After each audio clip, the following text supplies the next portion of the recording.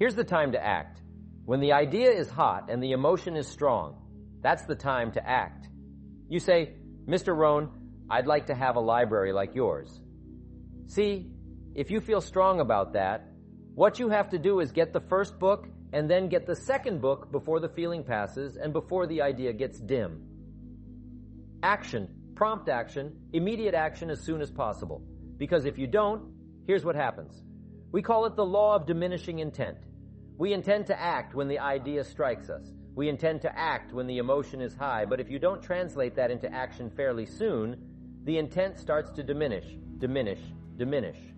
A month from now, it's cold. A year from now, it can't be found. So act. Set up a discipline when the emotions are high and the idea is strong and clear and powerful. That's the time to set up the discipline. Somebody talks about good health and you're stirred. You think, right, I need to get a book on nutrition. Get the book before the idea passes and before the emotion gets cold. Go for the book, start the library, start the process. Fall on the floor, do some push-ups. Action. Got to take action. Otherwise, the wisdom is wasted. Otherwise, the emotion soon passes unless you put it into a disciplined activity. Capture it. Discipline is how to capture the emotion and how to capture the wisdom and translate it into equity. If there is a magic word that stands out above all the rest, this is the one discipline. Discipline is the bridge between thought and accomplishment, the bridge between inspiration and value, achievement, the bridge between necessity and productivity. Remember, all good things are upstream.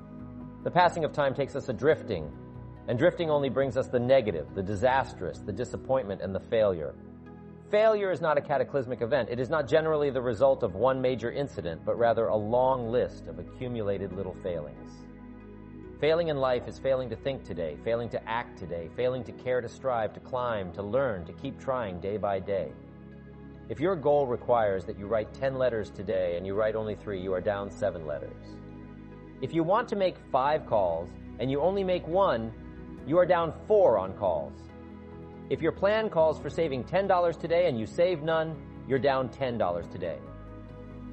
Now, the danger is looking at an undisciplined day and concluding that no great harm has been done. It doesn't seem like such a bad day. But add up these days to make a year, and then add up those years to make a lifetime. And perhaps you can now see how repeating today's small failures can easily turn your life into a major disaster. Success, on the other hand, is just the same process in reverse. If you plan to make 10 calls and you end the day making 15, now you're up 5 calls. If you then get up a few on letters, move up the savings numbers, you can see what a massive difference it could make in a year and what wealth and accomplishment awaits for a lifetime. Discipline is like a set of magic keys that unlocks all the doors of wealth, happiness, sophistication, culture, high self-esteem, pride, joy, accomplishment, satisfaction, and success.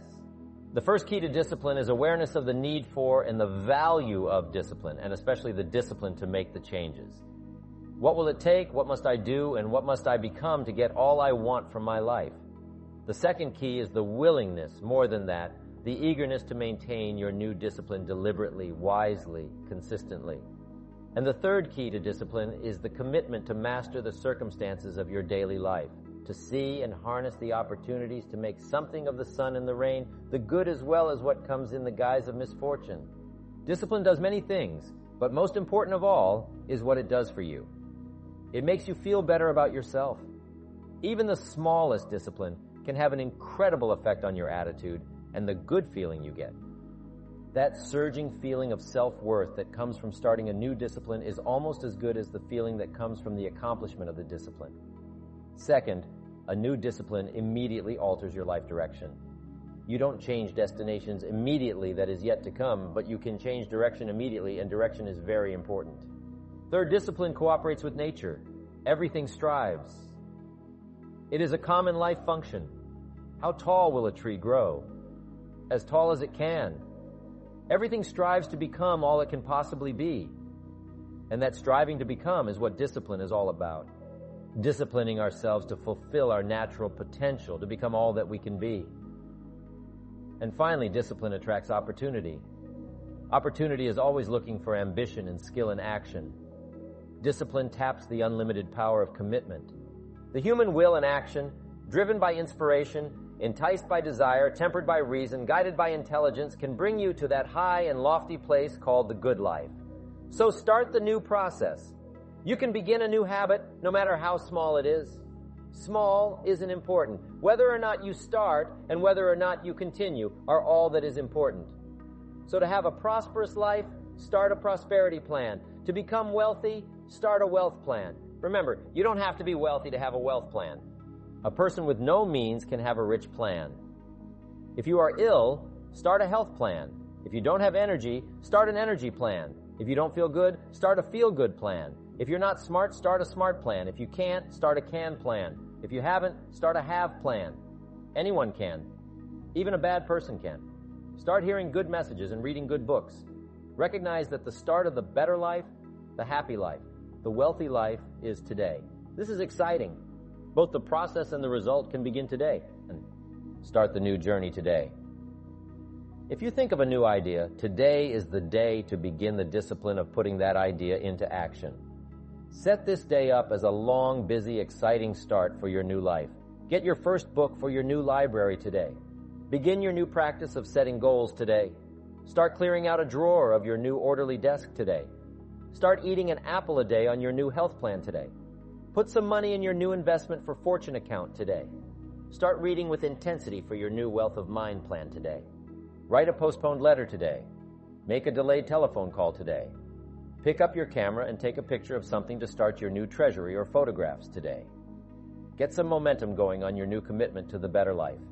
See how many activities you can pile on in this first day. Go all out, break away from the negative downward pull of gravity, start the thrusters going. Prove to yourself that waiting is over, hoping is past, and that faith and action have now taken charge. It's a new day, a new beginning for your new life. With discipline, you can't believe the list of positive moves you can make in the first day of your new beginning. Now here's what's important about disciplines. All disciplines affect each other. In fact, here's a good philosophical phrase. Everything affects everything else. Nothing stands alone. Don't be naive in saying, well, this doesn't matter. I'm telling you, everything matters. There are some things that matter more than others, but there isn't anything that doesn't matter. Okay, we all pity the man who says, well, this is the only place I let down. Not true. Key takeaway, every letdown affects the rest of your performance. Every letdown affects the rest. This is part of the educational process on personal development. If you don't take the walk around the block, you probably won't do the apple a day. If you don't do the apple a day, you probably won't start building your library. If you don't build your library, you probably won't keep a journal, and you won't take pictures, and you won't do wise things with your money, won't do wise things with your time, won't do wise things with your possibilities and relationships. And before you know it, 6 years of that has accumulated, and we say, you have messed up. So the whole key to reversing that process now is to start picking up these disciplines. Now here's the positive side. Every new discipline affects the rest of your disciplines. Every new one affects the rest. That's why action is so important. The least action, the smallest action, take it. Because when you start accomplishing and the value starts to return from that one action, it'll inspire you to do the next one and the next one and the next one. You start walking around the block, it'll inspire you to get an apple. Get an apple, it'll inspire you to get a book. Get a book, it'll inspire you to get a journal. Get a journal, it'll inspire you to grow, develop some skills. All disciplines affect each other. Every lack affects the rest. Every new discipline affects the rest. The key is to diminish the lack and set up the new, and you've started a whole new life process. Key also, one more thought on discipline. Here's the greatest value of discipline. Self-worth, self-esteem. People are teaching self-esteem these days, but they don't connect it to disciplines. The least lack of discipline, and it starts to erode our psyche. One of the greatest temptations is to just ease up a little bit, right? The slightest lack of doing your best starts to erode the psyche. Instead of doing your best, doing just a little less than your best, sure enough, you say, well, it's just going to affect my sales. No, it's going to affect your consciousness. It's going to affect your philosophy. Now, you've begun, in the slightest way, to affect your own philosophy.